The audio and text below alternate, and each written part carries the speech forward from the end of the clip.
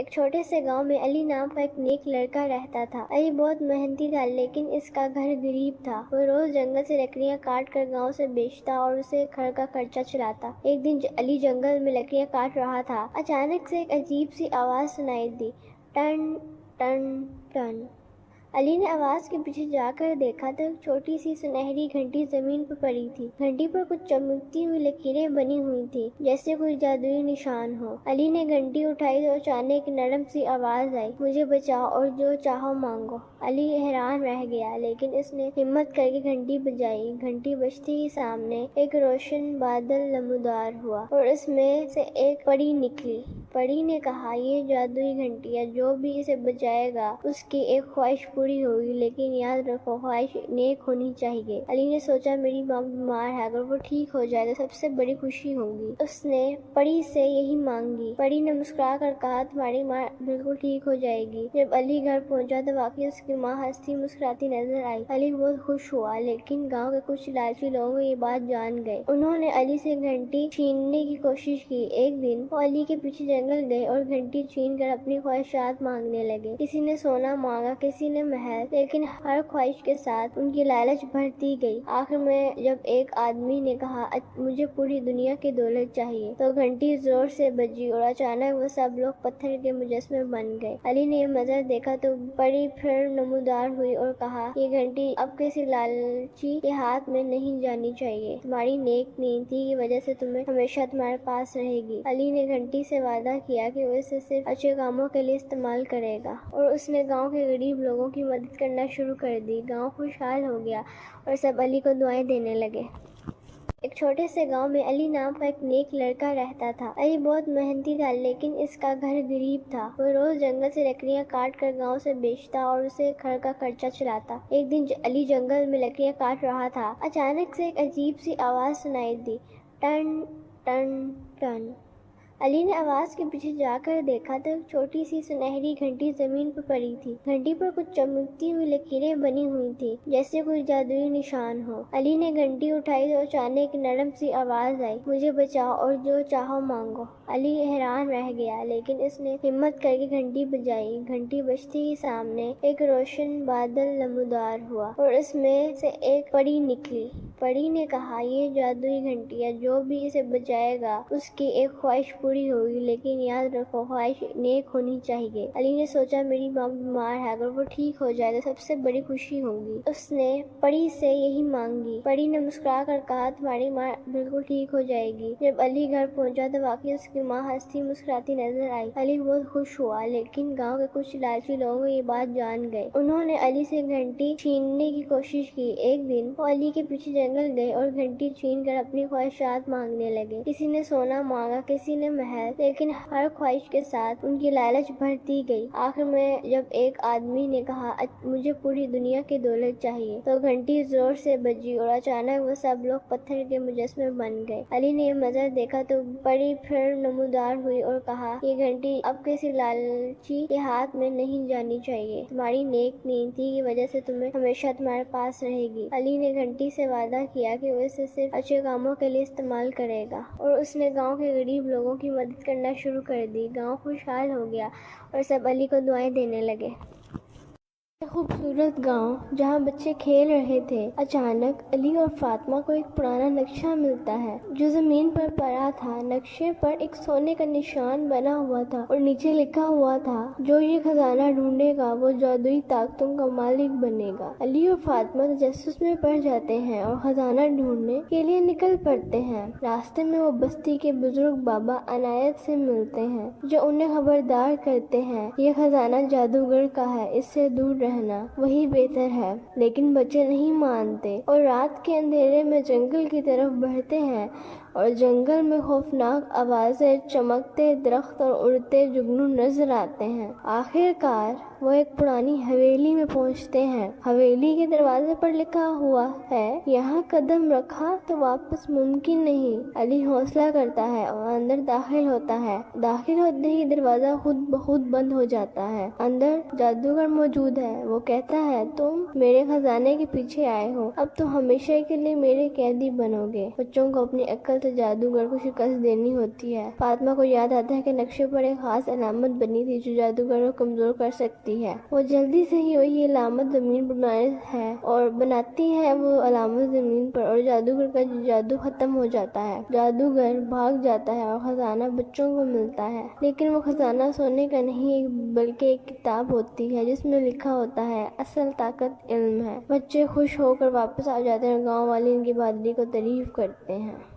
ایک خوبصورت گاؤں جہاں بچے کھیل رہے تھے، اچانک علی اور فاطمہ کو ایک پرانا نقشہ ملتا ہے جو زمین پر پڑا تھا۔ نقشے پر ایک سونے کا نشان بنا ہوا تھا اور نیچے لکھا ہوا تھا جو یہ خزانہ ڈھونڈے گا وہ جادوئی طاقتوں کا مالک بنے گا۔ علی اور فاطمہ تجسس میں پڑ جاتے ہیں اور خزانہ ڈھونڈنے کے لیے نکل پڑتے ہیں۔ راستے میں وہ بستی کے بزرگ بابا عنایت سے ملتے ہیں جو انہیں خبردار کرتے ہیں یہ خزانہ جادوگر کا ہے، اس سے دور رہنا وہی بہتر ہے۔ لیکن بچے نہیں مانتے اور رات کے اندھیرے میں جنگل کی طرف بڑھتے ہیں، اور جنگل میں خوفناک آوازیں، چمکتے درخت اور اڑتے جگنو نظر آتے ہیں۔ آخر کار وہ ایک پرانی حویلی میں پہنچتے ہیں۔ حویلی کے دروازے پر لکھا ہوا ہے یہاں قدم رکھا تو واپس ممکن نہیں۔ علی حوصلہ کرتا ہے اور اندر داخل ہوتا ہے۔ داخل ہوتے ہی دروازہ خود بخود بند ہو جاتا ہے۔ اندر جادوگر موجود ہے۔ وہ کہتا ہے تم میرے خزانے کے پیچھے آئے ہو، اب تو ہمیشہ کے لیے میرے قیدی بنو گے۔ بچوں کو اپنی عقل سے جادوگر کو شکست دینی ہوتی ہے۔ فاطمہ کو یاد آتا ہے کہ نقشے پر ایک خاص علامت بنی تھی جو جادوگر کو کمزور کر سکتی ہے۔ وہ جلدی سے ہی وہی علامت زمین پر بناتی ہے وہ علامت زمین پر، اور جادوگر کا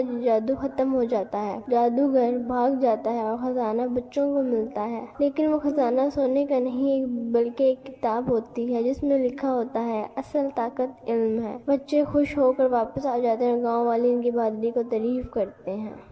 ایک خوبصورت گاؤں جہاں بچے کھیل رہے تھے، اچانک علی اور فاطمہ کو ایک پرانا نقشہ ملتا ہے جو زمین پر پڑا تھا۔ نقشے پر ایک سونے کا نشان بنا ہوا تھا اور نیچے لکھا ہوا تھا جو یہ خزانہ ڈھونڈے گا وہ جادوئی طاقتوں کا مالک بنے گا۔ علی اور فاطمہ تجسس میں پڑ جاتے ہیں اور خزانہ ڈھونڈنے کے لیے نکل پڑتے ہیں۔ راستے میں وہ بستی کے بزرگ بابا عنایت سے ملتے ہیں جو انہیں خبردار کرتے ہیں یہ خزانہ جادوگر کا ہے، اس سے دور رہنا وہی بہتر ہے۔ لیکن بچے نہیں مانتے اور رات کے اندھیرے میں جنگل کی طرف بڑھتے ہیں، اور جنگل میں خوفناک آوازیں، چمکتے درخت اور اڑتے جگنو نظر آتے ہیں۔ آخر کار وہ ایک پرانی حویلی میں پہنچتے ہیں۔ حویلی کے دروازے پر لکھا ہوا ہے یہاں قدم رکھا تو واپس ممکن نہیں۔ علی حوصلہ کرتا ہے اور اندر داخل ہوتا ہے۔ داخل ہوتے ہی دروازہ خود بخود بند ہو جاتا ہے۔ اندر جادوگر موجود ہے۔ وہ کہتا ہے تم میرے خزانے کے پیچھے آئے ہو، اب تو ہمیشہ کے لیے میرے قیدی بنو گے۔ بچوں کو اپنی عقل سے جادوگر کو شکست دینی ہوتی ہے۔ فاطمہ کو یاد آتا ہے کہ نقشے پر ایک خاص علامت بنی تھی جو جادوگر کو کمزور کر سکتی ہے۔ وہ جلدی سے ہی وہی علامت زمین پر بناتی ہے وہ علامت زمین پر، اور جادوگر کا جادو ختم ہو جاتا ہے۔ جادوگر بھاگ جاتا ہے اور خزانہ بچوں کو ملتا ہے، لیکن وہ خزانہ سونے کا نہیں بلکہ ایک کتاب ہوتی ہے جس میں لکھا ہوتا ہے اصل طاقت علم ہے۔ بچے خوش ہو کر واپس آ جاتے ہیں اور گاؤں والے ان کی بہادری کو تعریف کرتے ہیں۔ ایک چھوٹے سے گاؤں میں ایک پیاری سی بلی رہتی تھی، اس کا نام ممی تھا۔ ممی کھیلنا بہت پسند کرتی تھی، لیکن وہ ہمیشہ سوچتی کاش میں ابھی کوئی خاص کام کر سکوں جیسے ہیرو بنتے ہیں۔ ایک رات ممی نے آسمان میں ایک چمکتی ہوئی روشنی دیکھی جو سیدھی جنگل کی طرف جا رہی تھی۔ ممی نے ہمت کی اور روشنی کے پیچھے پیچھے چل پڑی۔ جنگل کے اندر ایک بڑا پرانا درخت تھا اور اس کے نیچے ایک ننھا سا جگنو روشنی پھیلانے کی کوشش کر رہا تھا، لیکن اس کی روشنی بہت کمزور تھی۔ جگنو نے روتے ہوئے کہا میری روشنی بجھ رہی ہے، مجھے مدد چاہیے۔ ممی نے فوراً اپنی دم سے کچھ پتے ہٹائے اور جگنو کو محفوظ جگہ پر بٹھایا۔ پھر ممی نے جنگل کے دوسرے جگنو کو بلا کر کہا سب مل کر اپنی روشنی دو تاکہ ہمارا دوست پھر سے چمک سکے۔ سارے جگنو اکٹھے ہوئے اور اپنی روشنی سے پورا درخت روشن کر دیا۔ اب وہ ننھا جگنو بھی پھر سے جگمگانے لگا۔ جگنو نے کہا ممی تم ہی ہماری ہیرو ہو، تم نے مجھے بچا کر ساری دنیا کو روشنی دی ہے۔ ممی خوشی سے اچھلنے لگی۔ اب اسے یقین ہو گیا کہ ہیرو بننے کے لیے جادو نہیں بلکہ مدد کرنے کا دل چاہیے۔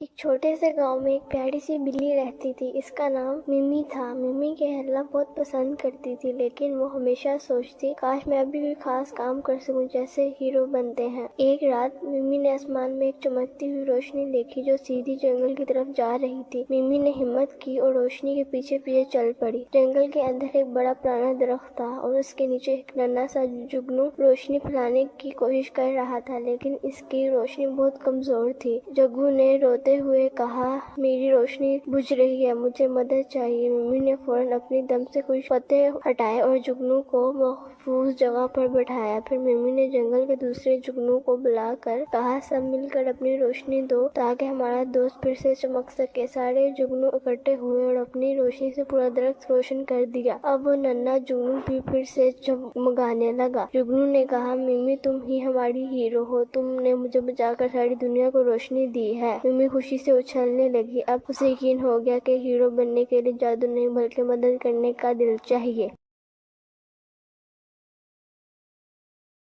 ایک چھوٹے سے گاؤں میں ایک پیاری سی بلی رہتی تھی۔ اس کا نام ممی تھا۔ ممی کھیلنا بہت پسند کرتی تھی، لیکن وہ ہمیشہ سوچتی کاش میں بھی کوئی خاص کام کر سکوں جیسے ہیرو بنتے ہیں۔ ایک رات ممی نے آسمان میں ایک چمکتی ہوئی روشنی دیکھی جو سیدھی جنگل کی طرف جا رہی تھی۔ ممی نے ہمت کی اور روشنی کے پیچھے پیچھے چل پڑی۔ جنگل کے اندر ایک بڑا پرانا درخت تھا اور اس کے نیچے ایک ننھا سا جگنو روشنی پھیلانے کی کوشش کر رہا تھا، لیکن اس کی روشنی بہت کمزور تھی۔ جگنو نے روتے ہوئے کہا، میری روشنی بجھ رہی ہے، مجھے مدد چاہیے۔ ممی نے فوراً اپنی دم سے کچھ پتے ہٹائے اور جگنو کو محفوظ جگہ پر بٹھایا۔ پھر ممی نے جنگل کے دوسرے جگنو کو بلا کر کہا، سب مل کر اپنی روشنی دو تاکہ ہمارا دوست پھر سے چمک سکے۔ سارے جگنو اکٹھے ہوئے اور اپنی روشنی سے پورا درخت روشن کر دیا۔ اب وہ ننھا جگنو بھی پھر سے جگمگانے لگا۔ جگنو نے کہا، ممی تم ہی ہماری ہیرو ہو، تم نے مجھے بچا کر ساری دنیا کو روشنی دی ہے۔ ممی خوشی سے اچھلنے لگی۔ اب اسے یقین ہو گیا کہ ہیرو بننے کے لیے جادو نہیں بلکہ مدد کرنے کا دل چاہیے۔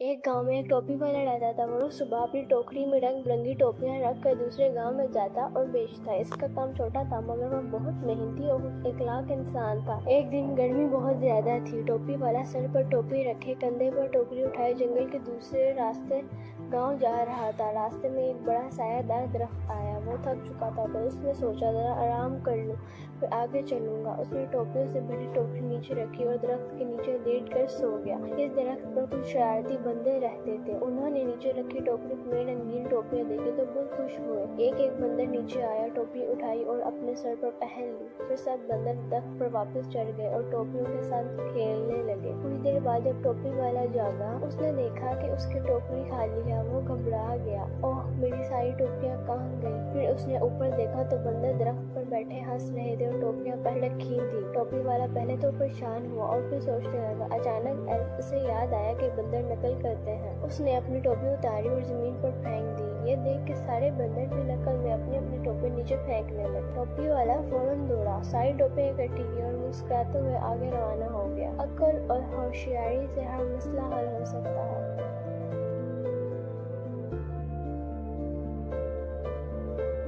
ایک گاؤں میں ایک ٹوپی والا رہتا تھا۔ وہ روز صبح اپنی ٹوکری میں رنگ برنگی ٹوپیاں رکھ کر دوسرے گاؤں میں جاتا اور بیچتا۔ اس کا کام چھوٹا تھا مگر وہ بہت محنتی اور خوش اخلاق انسان تھا۔ ایک دن گرمی بہت زیادہ تھی۔ ٹوپی والا سر پر ٹوپی رکھے، کندھے پر ٹوکری اٹھائے جنگل کے دوسرے راستے گاؤں جا رہا تھا۔ راستے میں ایک بڑا سایہ دار درخت آیا۔ وہ تھک چکا تھا تو اس نے سوچا ذرا آرام کر لوں پھر آگے چلوں گا۔ اس نے ٹوپیوں سے بھری ٹوکری نیچے رکھی اور درخت کے نیچے لیٹ کر سو گیا۔ اس درخت پر کچھ شرارتی بندر رہتے تھے۔ انہوں نے نیچے رکھی ٹوکری میں رنگین ٹوپیاں دیکھی تو بہت خوش ہوئے۔ ایک ایک بندر نیچے آیا، ٹوپی اٹھائی اور اپنے سر پر پہن لی۔ پھر سب بندر درخت پر واپس چڑھ گئے اور ٹوپیوں کے ساتھ کھیلنے لگے۔ کچھ دیر بعد جب ٹوپی والا جاگا، اس نے دیکھا کہ اس کی ٹوکری خالی ہے۔ وہ گھبرا گیا، اوہ میری ساری ٹوپیاں کہاں گئیں؟ پھر اس نے اوپر دیکھا تو بندر درخت پر بیٹھے ہنس رہے تھے اور ٹوپیاں پہلے رکھی تھی۔ ٹوپی والا پہلے تو پریشان ہوا اور پھر سوچنے لگا۔ اچانک اسے یاد آیا کہ بندر نقل کرتے ہیں۔ اس نے اپنی ٹوپی اتاری اور زمین پر پھینک دی۔ یہ دیکھ کے سارے بندر بھی نقل میں اپنی اپنی ٹوپی نیچے پھینکنے لگے۔ ٹوپی والا فوراً دوڑا، ساری ٹوپیاں اکٹھی کی اور مسکراتے ہوئے آگے روانہ ہو گیا۔ عقل اور ہوشیاری سے ہر مسئلہ حل ہو سکتا ہے۔